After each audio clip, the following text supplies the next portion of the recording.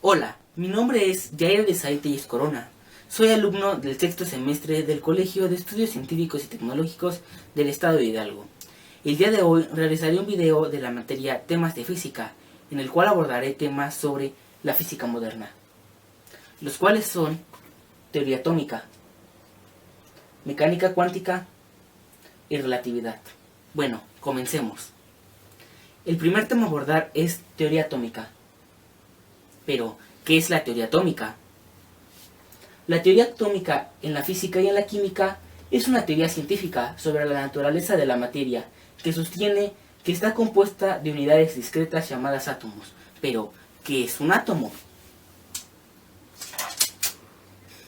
El átomo es un componente fundamental de toda la materia, es decir, todo lo que existe en el universo físico está hecho de átomos.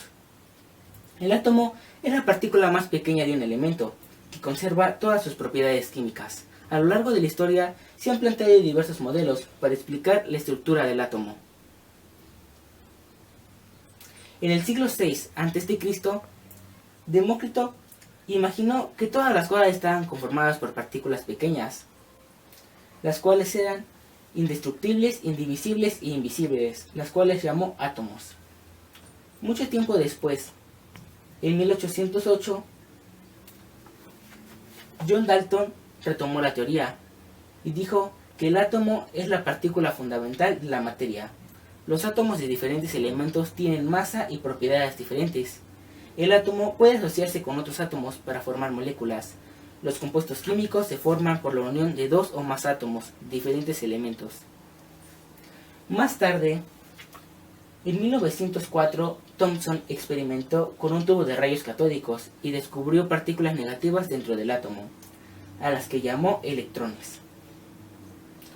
Thomson pensó que si los electrones eran negativos, debía existir una carga positiva, y así diseñó su modelo conocido como pastel con pasas o budín, donde el pan representaba el átomo con carga positiva y los electrones se encontraban incrustados como si fueran pasas. A partir de este momento se considera el átomo como divisible. Pocos años después, en 1911, Rutherford estudiaba la relatividad y descubrió tres tipos de radiaciones: alfa, beta y gamma. Sus experimentos le permitieron concluir que el átomo es un espacio vacío, dentro del cual se encuentra un núcleo positivo con partículas subatómicas de carga eléctrica positiva, a las que llamó protones, y que a su alrededor giran los electrones. En 1913, Bohr propuso que los electrones se desplazan en órbitas circulares alrededor del núcleo. Llamó estas órbitas niveles energéticos, pues un radio mayor tenía niveles de energía más altos que uno menor.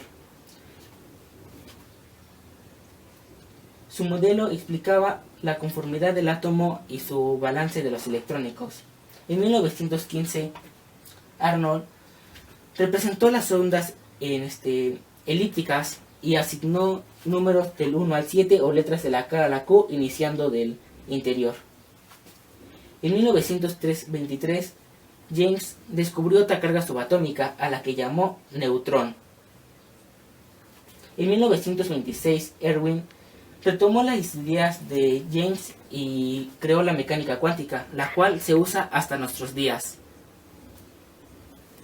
Los electrones constituyen el 99.9% del volumen del átomo y el núcleo el 1.1%.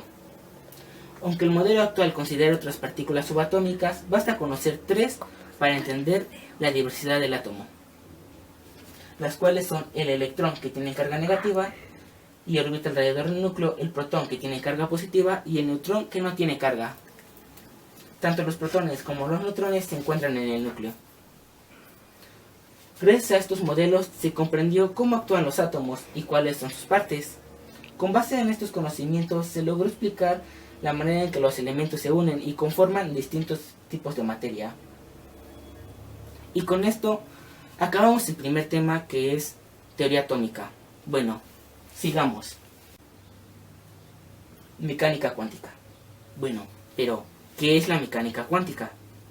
La mecánica cuántica es la rama de la física que estudia la naturaleza y las escalas pequeñas, los sistemas atómicos, subatómicos y las interacciones de la radiación electromagnética, en términos de cantidades observable se basa en la observación que todas las formas de energía liberan en unidades discretas o pequeñas llamadas cuantos. Bueno, en este momento les presentaré un video que nos intentará explicar qué es la mecánica cuántica. Bueno, comencemos.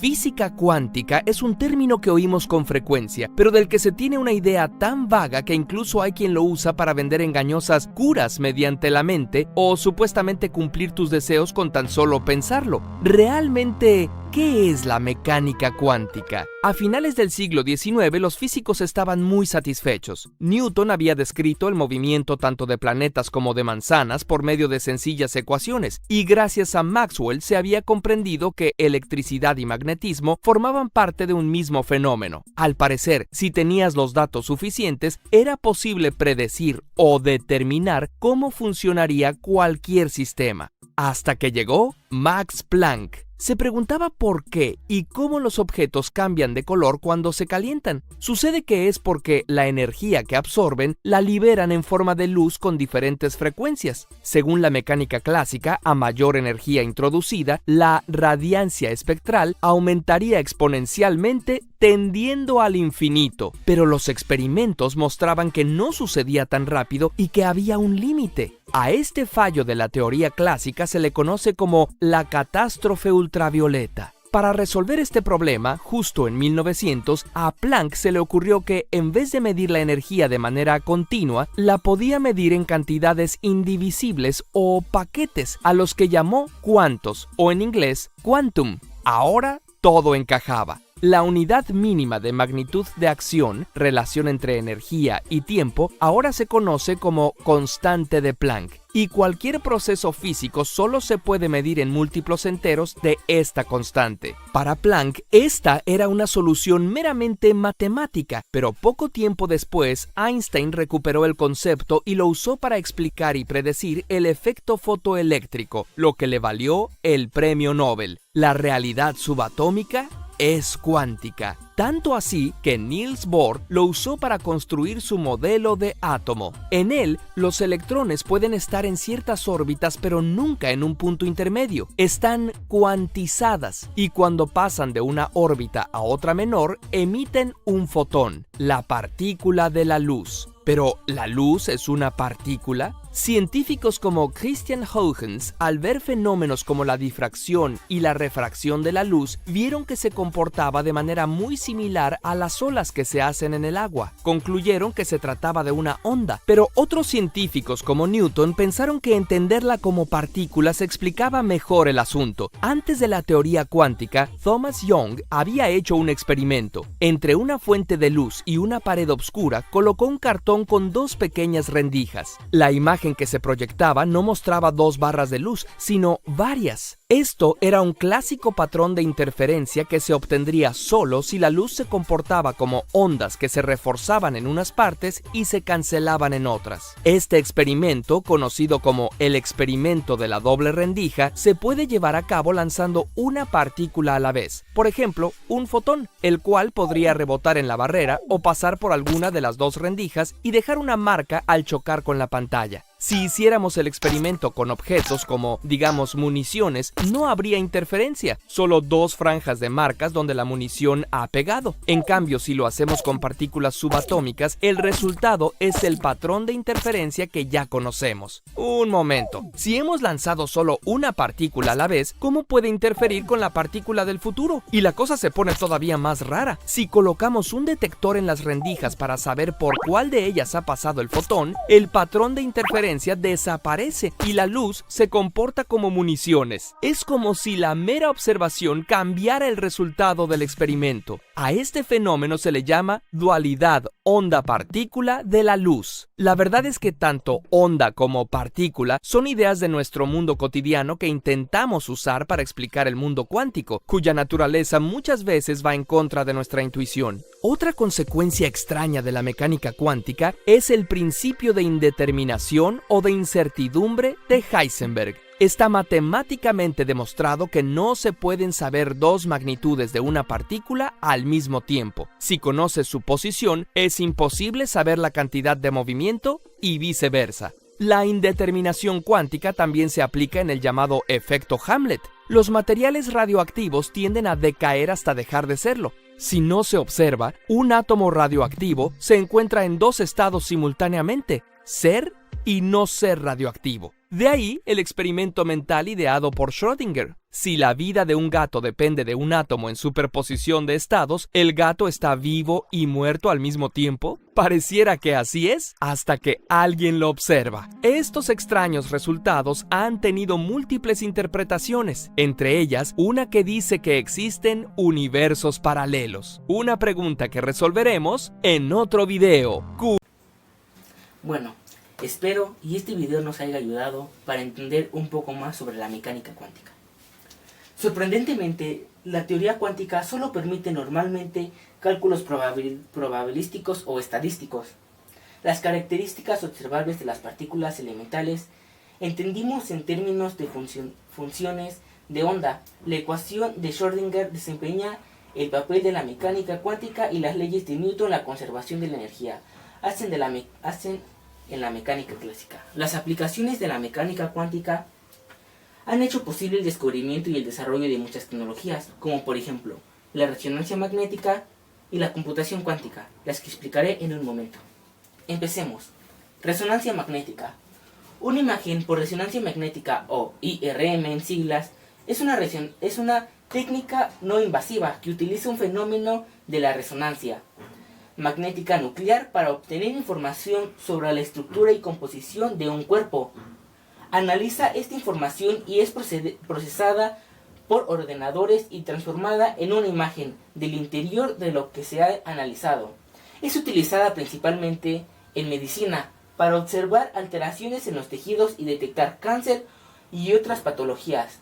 También se utiliza industrialmente para analizar la estructura de la materia, tanto orgánicos como inorgánicos.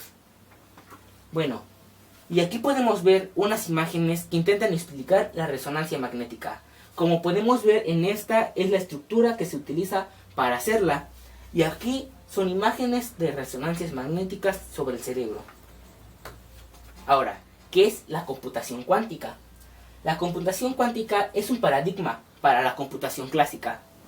Se basa en el uso de qubits y da lugar a nuevas puertas lógicas que hacen posible nuevos logaritmos y algoritmos. Una misma tarea puede tener diferente complejidad en la computación cuántica, lo que ha dado lugar a una gran expectativa, ya que algunos problemas intratables pasan a ser tratables en esta. Aquí vemos unas imágenes sobre con la computación cuántica que es posible realizar. Fórmulas necesarias en la mecánica cuántica. Como pueden ver, aquí tenemos unas fórmulas que se utilizan en la mecánica cuántica. Tenemos fórmulas constantes fundamentales, ecuaciones útiles, las cuales son construcción de longitud, posición de un electrón, longitud de una onda, ley de desplazamiento, velocidad, energía cinética, ley de Steve, longitud de una onda, corte de para sonido, masa de un sistema. Todas estas fórmulas son necesarias para entender la mecánica cuántica. El siguiente tema a explicar es la relatividad. Pero, ¿qué es la relatividad? La teoría de la relatividad incluye tanto como la teoría de la relatividad especial como la teoría de la relatividad general, formuladas principalmente por Albert Einstein en el siglo XX, que pretendían resolver la incompatibilidad existente entre la mecánica newtoniana y el electromagnetismo. Esta se divide en dos: la teoría de la relatividad especial y la teoría de la relatividad general.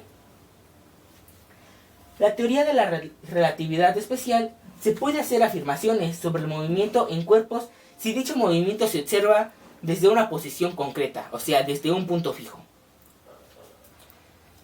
Cuando un cuerpo en movimiento se encuentra dentro de otro cuerpo en movimiento, se suman las velocidades. Si el observador está estático, se encuentran fuera de ambos cuerpos. O sea, un ejemplo podría ser, si una persona está observando un tren y adentro hay otra persona y esa persona lanza una pelota, la velocidad de la pelota se sumaría a la del tren. Pero esta teoría de la relatividad especial explica que esto no ocurre con la luz. Esta teoría dice que la luz tiene una velocidad constante de 300.000 kilómetros por segundo. La ecuación de Einstein que realizó al obtener esta teoría fue E igual a m por c al cuadrado, que significa la energía de un cuerpo es igual a la masa por la velocidad de la luz al cuadrado. Albert Einstein estableció que la masa varía dependiendo si se mueve o no con respecto al observador. Las masas en movimiento resultan más pesadas y poseen por lo tanto más energía cinética. Aquí tenemos una imagen que intenta explicar lo que Einstein decía con la relatividad especial. Ahora, teoría de la relatividad general. Su punto más importante fue la afirmación que la gravedad no solo afecta a las órbitas de los planetas, sino también a la luz.